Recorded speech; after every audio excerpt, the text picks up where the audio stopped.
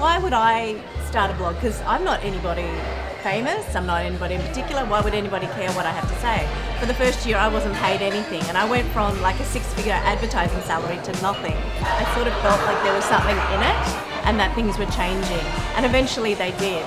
So it became the best job that I didn't even know existed.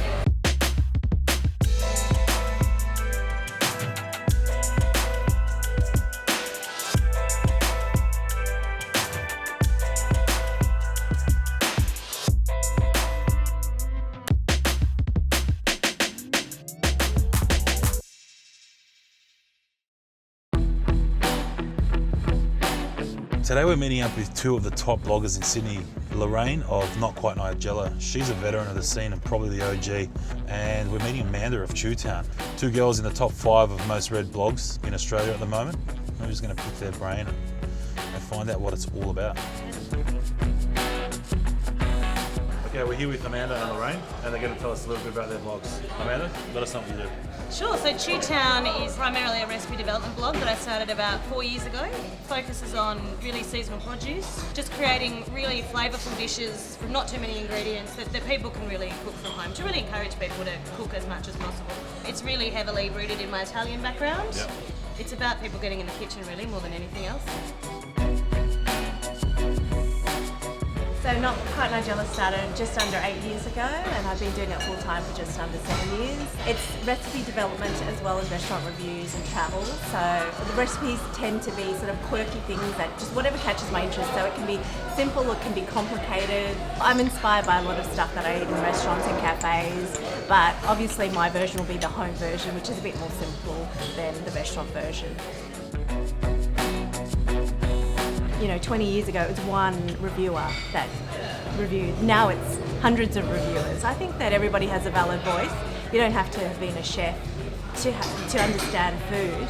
The blogging community is really communicative about its relationship with restaurants and cafes, and we're all a part of that discussion. We're all a part of generally the discussion of how we relate to restaurants, to PR companies, to brands, because we really have to help each other through that. It'd be good to know how you feel about these newcomers who are dropping business cards, who are only getting a few thousand hits on their site a month, but just slamming guys. I'm not one that slams restaurants. I understand that there's a person and a family behind each restaurant. So if I do criticise it, I think about what I'm saying.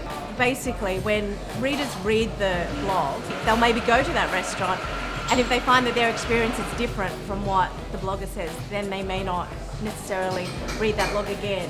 If you find that your experience is similar to what the blogger had, then you might go, okay, well, this is somebody that I can trust. It's still early morning here in Surrey Hills, so I reckon we maybe hit up 2 of your favourite snack joints, talk a bit about that, and keep the story flowing.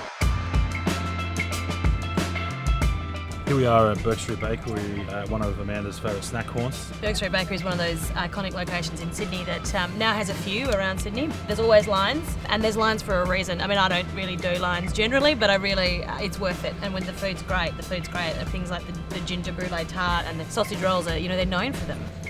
Something that's been going for so long and still has lines is because it's just a great place to be and great food.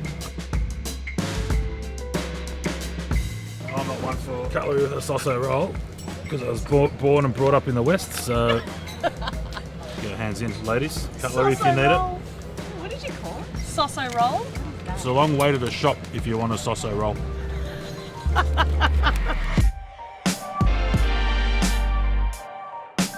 Here we are on Cleveland Street in Surrey Hills at one of Lorraine's favourite haunts. Lorraine, tell us where we are and tell us a bit about this. So we're on Cleveland Street, and this is called Dr. Faustus. It's in a former pharmacy, so he's retained some of those original elements. And he has really fun food. He has great burgers, cereal milk, and this little thing, because I know you've been wanting a coffee all day. It's like a coffee They call syrup. it snake Syrup. oil. Snake oil. It's not bad. Called drip coffee. That's good. And there's about 2 or 3 shots in that. So what do we got here? We've got a Fruit Loop cereal milk. That's good. I love Fruity Loops. I was never allowed them as a child because my mum didn't like anything artificial. So this is red velvet and this is strawberry pop tart. Is it good? I'm gonna have to have some too. So fiendish. It definitely needs the bacon because it's very super sweet. fiendish and Moorish, yeah.